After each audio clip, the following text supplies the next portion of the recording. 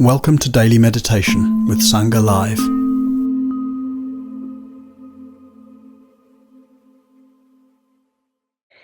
Hello, good morning. Nice to be back here with you again. Welcome from wherever you are, however you are, whoever you are at this moment. Take your time to drop in.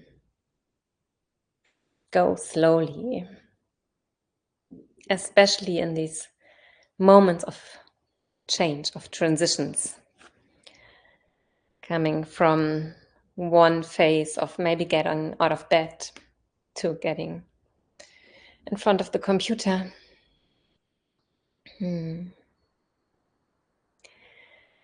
So my name is Nirmala Werner.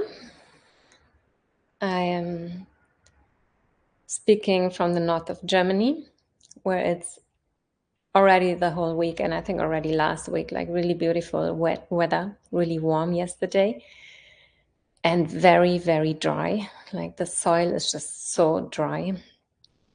There's been very little rain in the last months.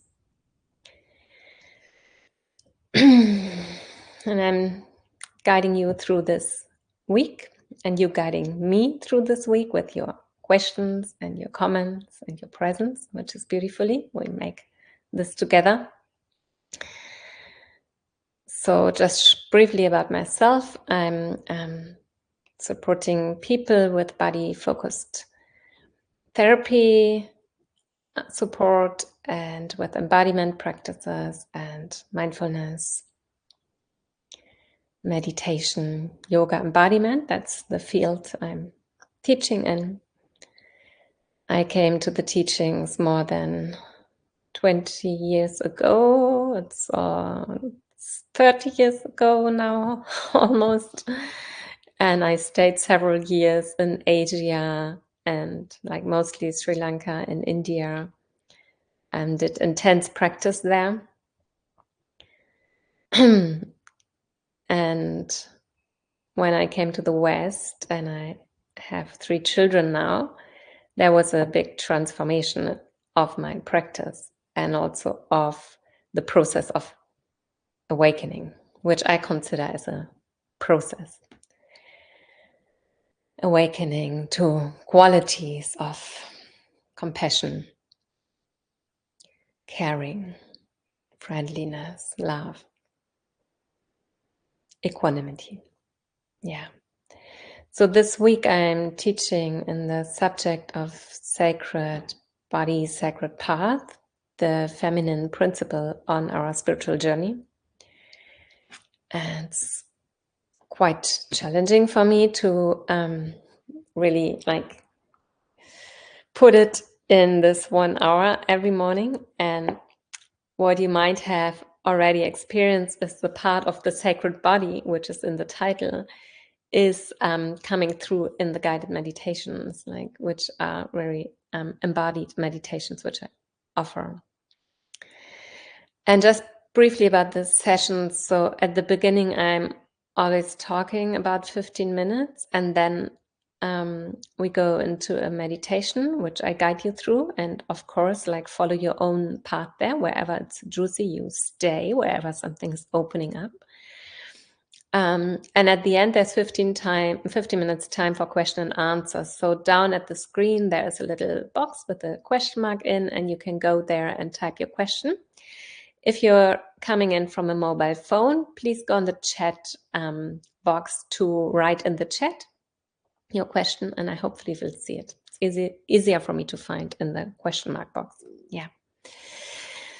So today I want to go, more with the theme of sacred body and also of other forms of knowing, like the female principles for me is opening up to myth, opening up to darkness, opening up to nature and to life itself. Like life is teaching us, nature is teaching us, our families are teaching us, and really, like, can it be like just next to our mindfulness practice? Yeah, not better or lower if we really open ourselves up to let us to be taught by nature, by our body, by life. And I like to go here into the awakening story of the Buddha. He had practiced many years of ascetic practices and austerity, and he tried to reach enlightenment through that. And what he finally gained was physical exhaustion. And I'm sure also deep insights, but yet it wasn't kind of where everything opened up for him. So he had ruined himself with extreme practices such as fasting and physical disciplines, and he had become really completely weak. He tried to conquer the body. He wasn't embodied at all. Like, he tried to be over the body. And he was very skinny and probably very dirty and filthy with long hair all messed up.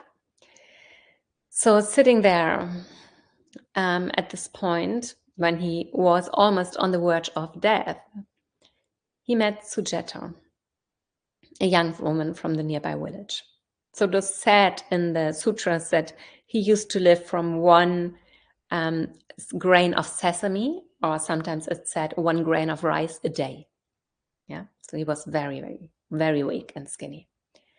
And Sujata, she was a really kind-hearted woman, and she heard about the practices of Siddhartha, of the Buddha. And she offered him rice pudding, like traditionally known as milk porridge. It's a rich and nourishing food. And by that time, it really took time to cook it. Like, even when I was in India, like, we got up at 4 a.m, we gathered the firewood together, we had to get water from really far away. So probably similar like this. Took quite a while until the rice pudding was ready. And this was a significant moment, as Siddhartha, who accepted the rice pudding, broke his fast and regained his strength. So this was his recovery. And Sujata, it said, blessed him and wished him to find enlightenment, which he did after eating again, after saying yes to this body, yes to embodiment. Like the other ascetics who were with him, they avoided contact because they were really judging him because he broke his feast. So there was kind of an intuitive knowledge coming through, intuitive wisdom of, okay, I need to eat this. I need to nourish my body. And from the quality of nourishing, which is like more in the feminine principle of qualities as mentioned in fairy tales or in our society. In the quality of nourishing, like he had also, it said, a childhood memory about himself just sitting really easily and contained under a tree, a rose flower tree, it said. And like having had these memories, and it's really like I tried to find it up in the sutras, and there are different stories about it, and it's, I'm not sure, like, is it really written down somewhere up? Did people made it up the years later? Was it really transmitted like the teachings were by words?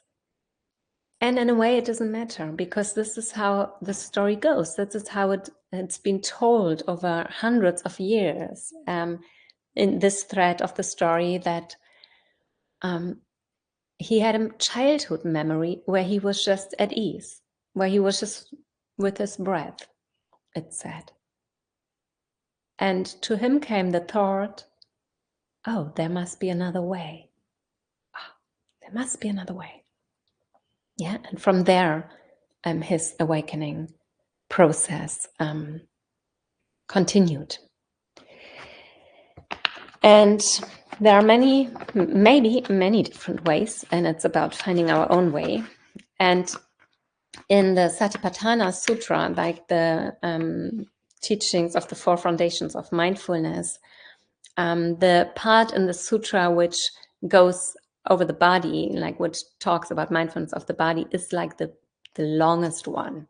And I really find this quite impressive because there is kind of still an underlying judgment going around in the Buddhist world, not everywhere and less in the West, as if the mindfulness of the body and the inhabiting of the body and the really embodying, really feeling cells with the cells, with no witness there, like it's a direct experience, yeah, that this is kind of less worth than observing thoughts and mind states. And I like to read you what Analayo, a Buddhist scholar and monk, writes about mindfulness. Also, mindfulness needs a cultivation, being a quality that needs to be established. But such a cultivation is not a forceful matter. It can be useful to take in consideration that the word sati in the Pali language is feminine.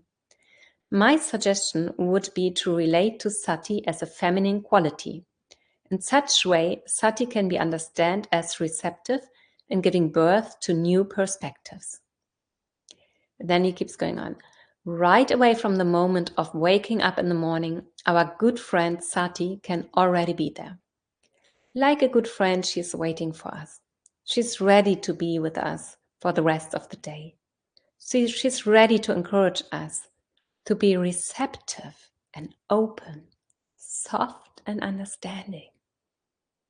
She never gets upset when we happen to forget about her. As soon as we remember, she's ready to be with us right away.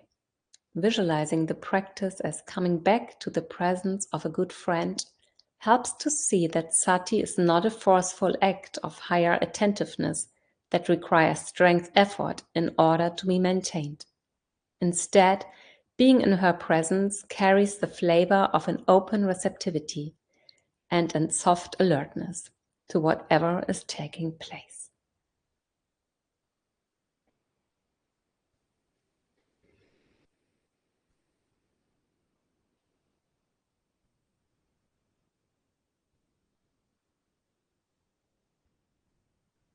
And sometimes it's quite hard to feel our bodies.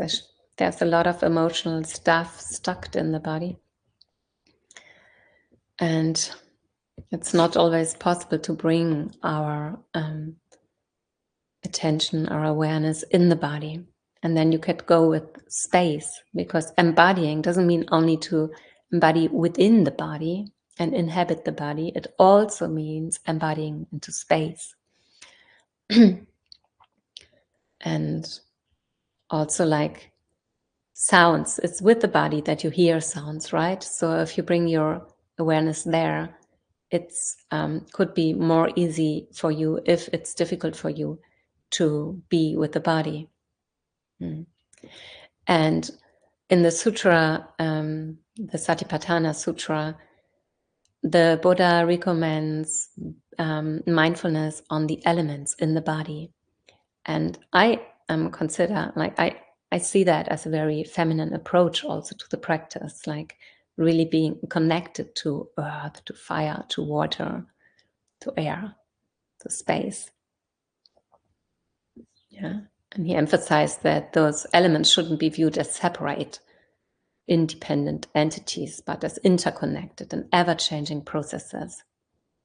And he says that, it's written down, that understanding the nature of these elements can help dissolve the illusion of a fixed, permanent self, which is the central aspect in the Buddhist practice. Yeah, so I maybe I can, because it's time for the meditation now. It struck out this session. I like to read you one poem from Mary Oliver, and with that we can go into our practice.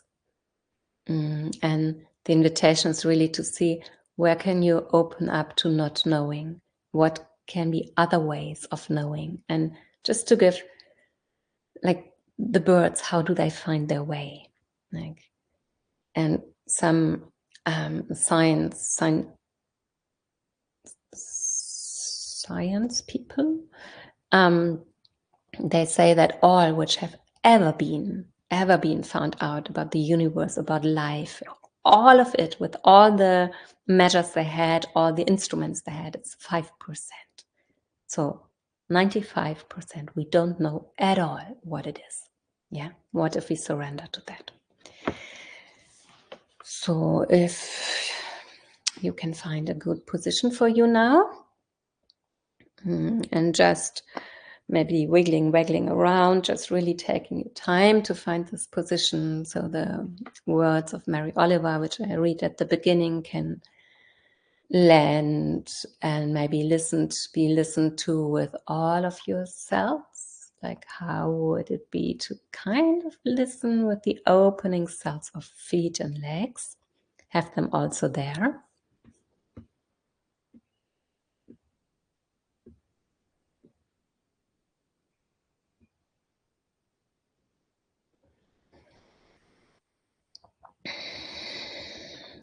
What is there beyond knowing? What is there beyond knowing that keeps calling to me? I can't turn in any direction, but it's there. I don't mean the leaves' grip and shine or even the thrush's silk song, but the far-off fires, for example, of the stars, heaven slowly turning, theater of light, or the wind playful with its breath, or time that's always rushing forward or standing still in the same, what shall I say, moment. What I know I could put into a pack, as if it were bread and cheese, and carry it on one shoulder. Important and honorable, but so small, while everything else continues, unexplained and unexplainable. How wonderful it is to follow a thought quietly to its logical end. I have done this a few times, but mostly I just stand in the dark field in the middle of the world, breathing in and out. Life so far doesn't have any other name but breath and light, wind and rain. If there is a temple, I haven't found it yet. I simply go on drifting in the heaven of the grass and the weeds.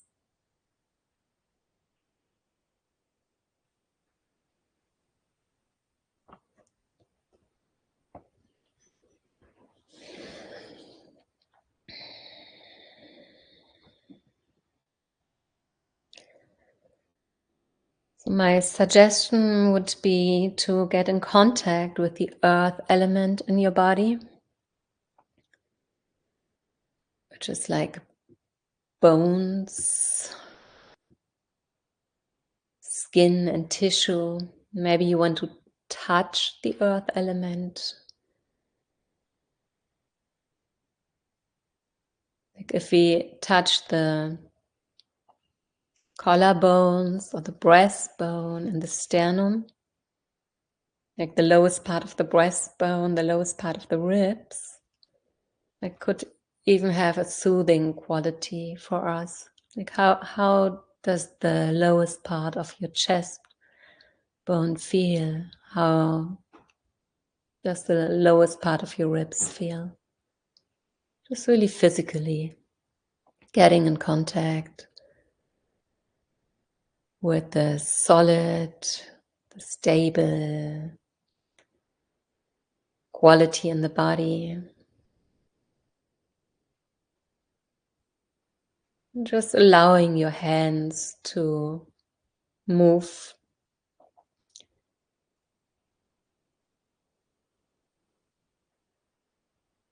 Maybe you just want to stay at one place, like one hand, and The other hand is kind of curious of the 27 bones in this one hand. And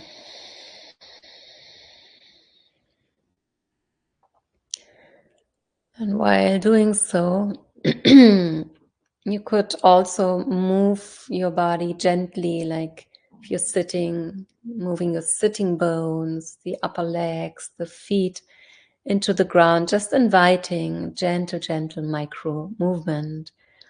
So the earth element in your body gets kind of in a conversation with the earth element below, our mother.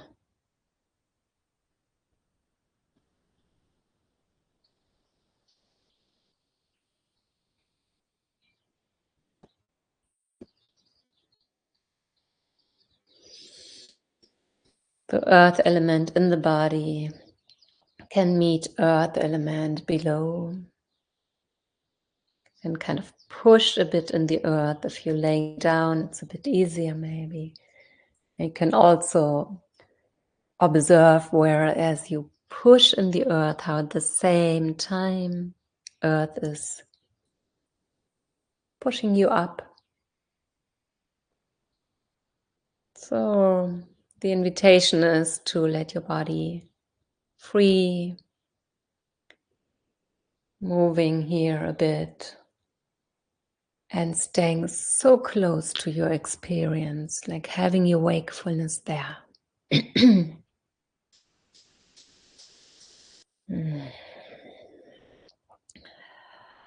Allowing the breath to flow freely. If you want to try something new for a few minutes, you could just breathe, inhale and exhale through the mouth.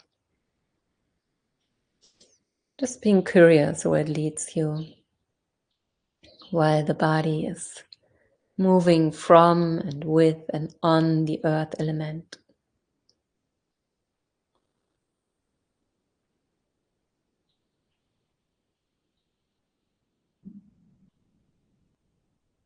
It can be really subtle movement, like really inwardly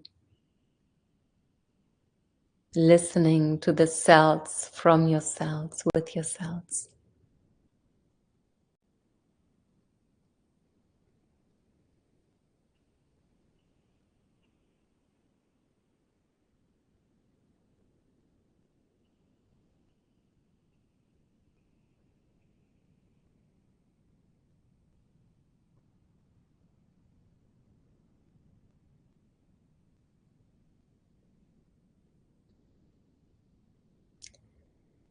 And I like you, the invitation is to, while you're moving, connect more to the element of water in the body and around the body, the water on the earth, in the sky, and the oceans. You could imagine that the body is kind of floating in water, that it's not you intentionally making the movement of the body, but as if water, the ocean, is around and is moving these cells which are filled with water, with liquid, the bones which have liquid there,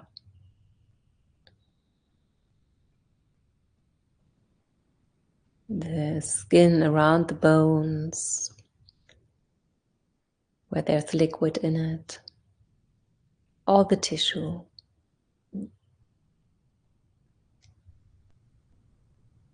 And rather than moving the water element,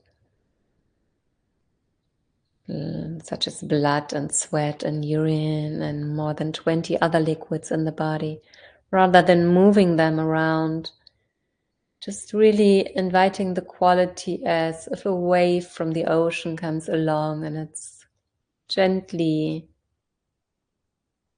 moving your body a tiny bit, floating your body a bit through space, through water, through air, on the ground. Really gently, really being so there, being so present with it.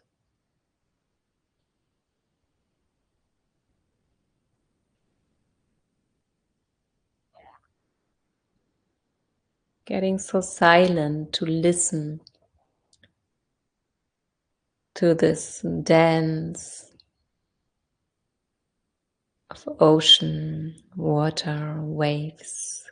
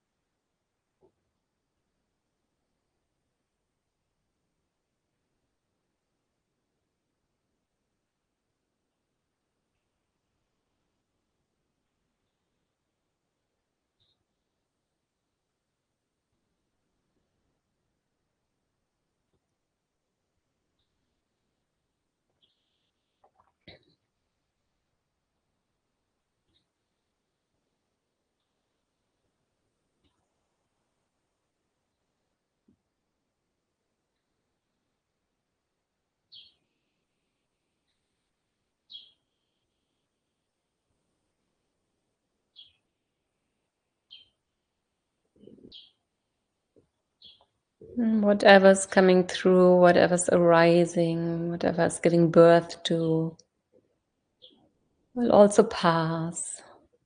It's passing in this moment, it's changing in this moment. And you can always come back to this volume of cells, the whole body moving in an ocean, the whole body moving on the earth.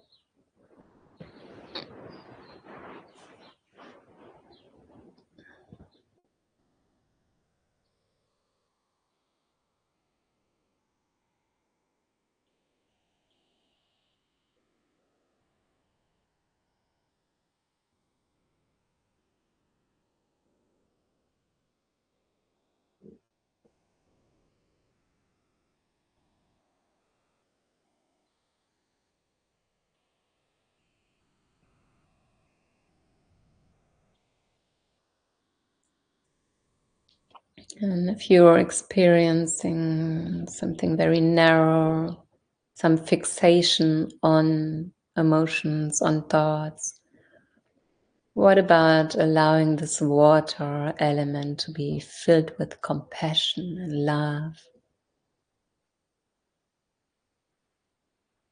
And it's kind of waving through, floating through, also through those parts which feel stuck.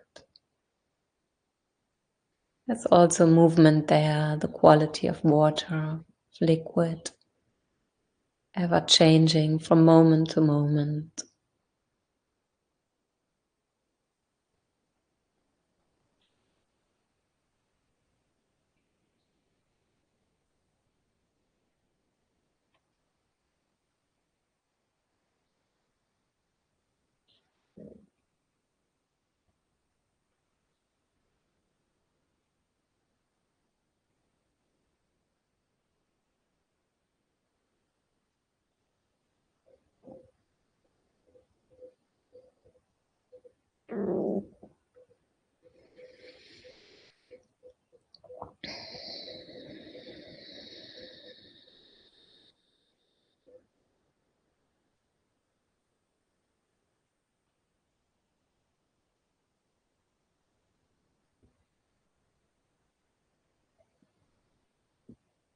And while you're maybe with this water quality, and maybe if there's something alive in you for being with the earth element in the body, could also invite bringing the awareness on the fire element, on where there is maybe heat, energy, warmth, such as body heat, digestive process.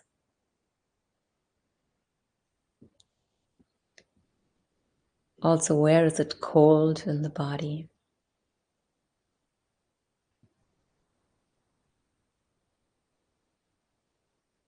To have that with you also there as a place where you could turn your attention on.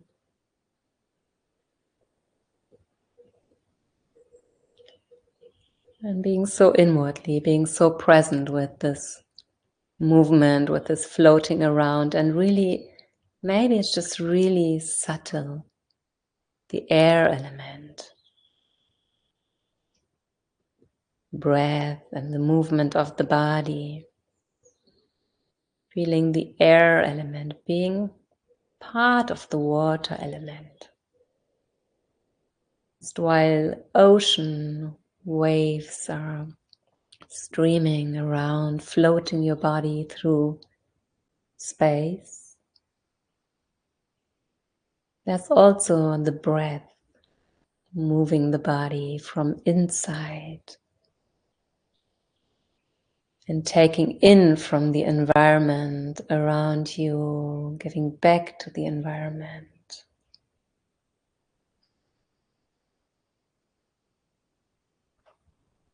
So if you want to stay in this micro movement and this gentle movement,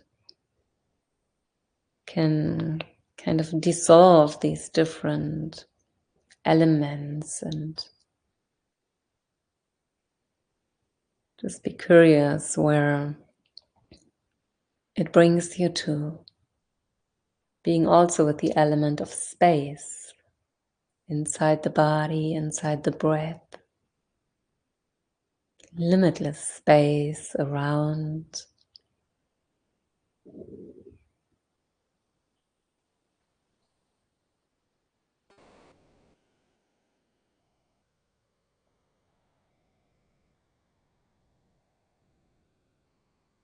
Thoughts, sensations, vibrations coming and going in this space, in this vastness.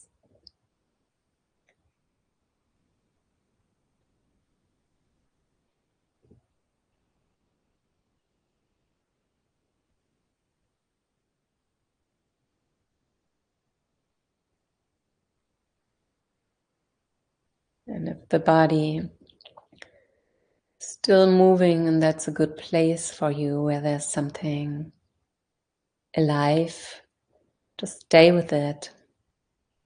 You could also just rest, being with the natural movement of the body without anybody there, nobody there to do anything, just movement, vibration, expanding, sinking.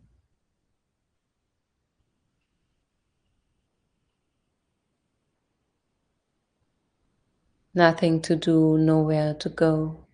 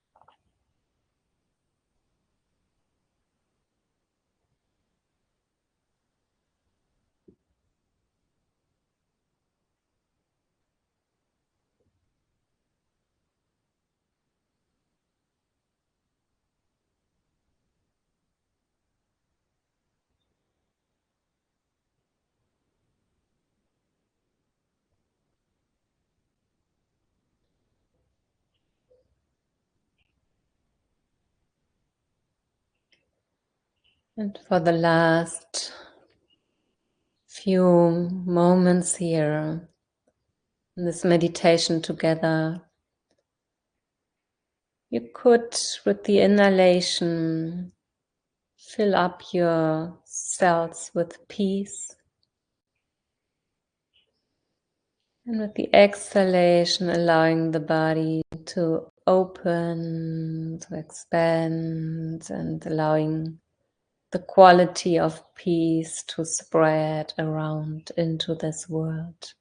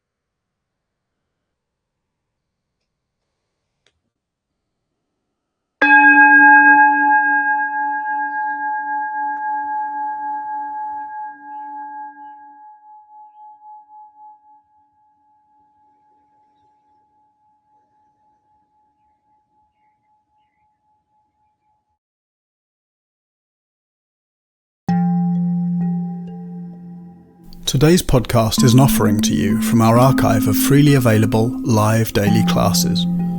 We make wisdom teachings and meditations as freely available as possible to as many people as wish to practice. You can help ensure we can continue to support a worldwide Sangha by leaving a review wherever you get your podcasts, by sharing this with someone who'd be interested, and by offering a small financial support at sangha.live/donate.